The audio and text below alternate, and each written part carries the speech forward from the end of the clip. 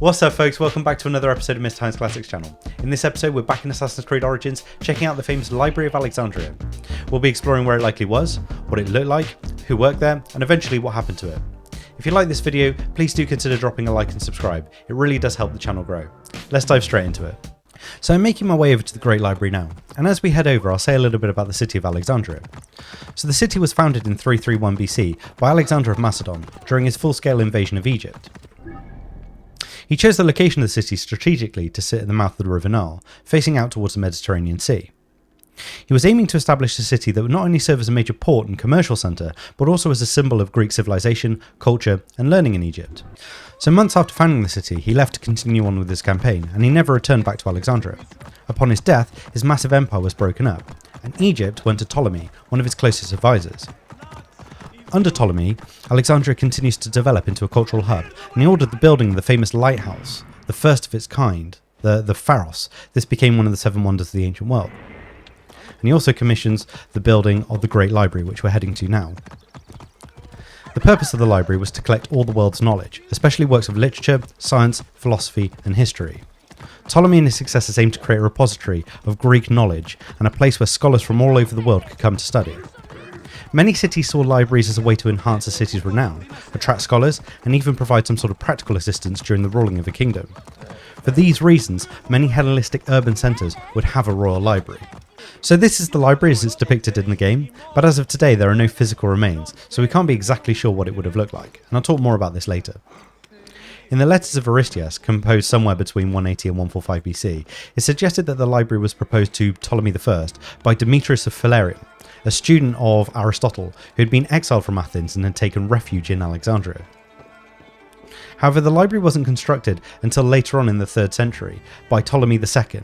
The library was built in the royal quarter known as the Bruchellum, and it was part of a wider research institution called the Museum. We can't be sure if the library and the museum were separate buildings, or perhaps they were part of the same complex. It's hard to tell, and the game just shows us the library for clarity. We do know that the Temple of Serapis over there would house more of the collections from the library. Whatever its configuration, the museum and the library were established to bring together some of the best scholars in the Hellenistic world and collect as many books as possible.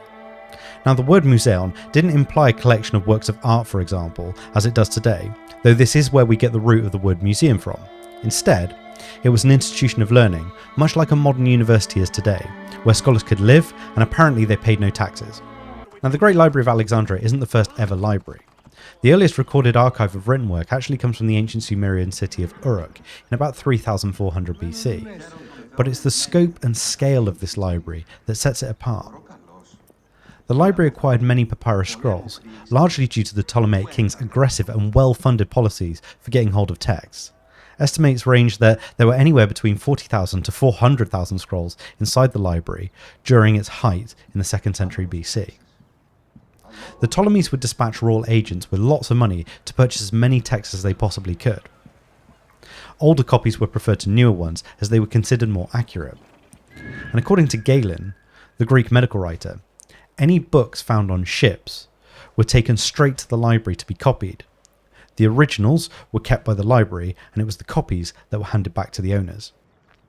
We can't be sure of the exact layout of the library today as there's no firm archaeological remains, but ancient sources describe it as having a core main room where scrolls were stored on shelves or niches along the walls.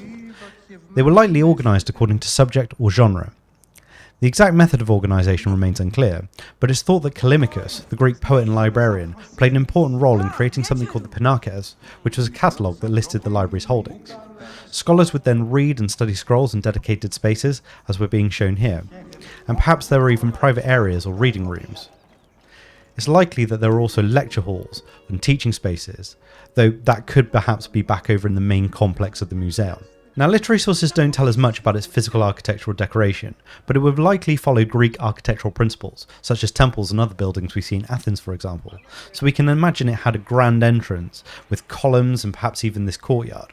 The library would have attracted many of the greatest scholars in the ancient world, covering disciplines such as literature, mathematics, astronomy, medicine and philosophy. The first head librarian was Zenodotus of Ephesus, who edited and standardised Homer's Iliad and Odyssey, and he began the process of systematic cataloguing here at the library. We also have Callimachus, the notable Greek poet, who created the Pinakas that I mentioned, the library's first known catalogue of written work. And he also authored, among other works, the Aetia, a celebrated work of Hellenistic poetry. We also have Apollonius of Rhodes, who authored the Argonautica, the epic work recounting the myth of Jason and the Argonauts. We also have Eratosthenes, who was able to calculate the circumference of the Earth with remarkable accuracy, within a few hundred kilometres. There's also Hero of Alexandria, who invented the first recorded steam engine. We have scholars in the game here looking at the works of Pythagoras. Pythagoras predates the library, but here they're studying his famous concept of a squared plus b squared equals c squared. So the library would have had to be managed by a vast array of people. At the top there would have been the head librarian, overseeing the whole collection, and the supervision of all of the scholars working here. And then there would have been a team of cataloguers and archivists making note of the library's collections. Then we would have had scribes, for example, taking copies of works such as those that Galen mentions coming in from the ports. There would have been editors, researchers and scholars. And then there would have been conservators, people looking after the works, making sure that they're stored correctly. And then linguists and translators, again, translating works in other languages that have come from all over the world. Not to mention all the administrators and the caretakers looking after the actual building itself. Now I'm looking back at the library over here, and there's a very good reason I'm on a boat at this point. You see, it's very likely that the library, or perhaps a warehouse nearby holding surplus books, was damaged by Julius Caesar in 48 BC. You see, during the Civil War, Caesar had come to Egypt shortly after Pompey the Great had been murdered here by Ptolemy XIII, in a bid to impress Caesar and gain his support.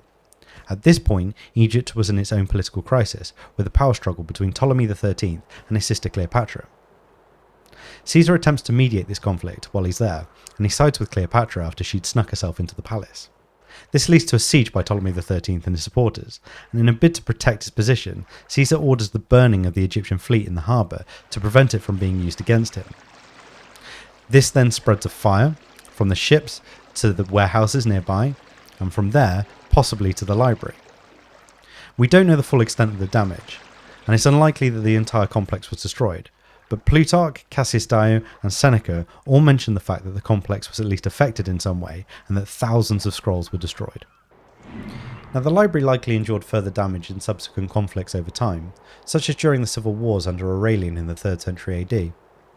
The rise of Christianity would have also seen such pagan institutions suppressed, and the Arab conquest of Alexandria in 642 AD is sometimes cited as the final blow to the library.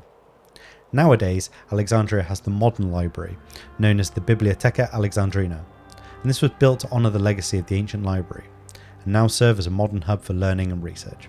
So this now concludes our tour of the Library of Alexandria. I hope you've enjoyed the video, but before you go, please do consider dropping a like and subscribe. It really does help the channel grow. I'll catch you guys all in the next one.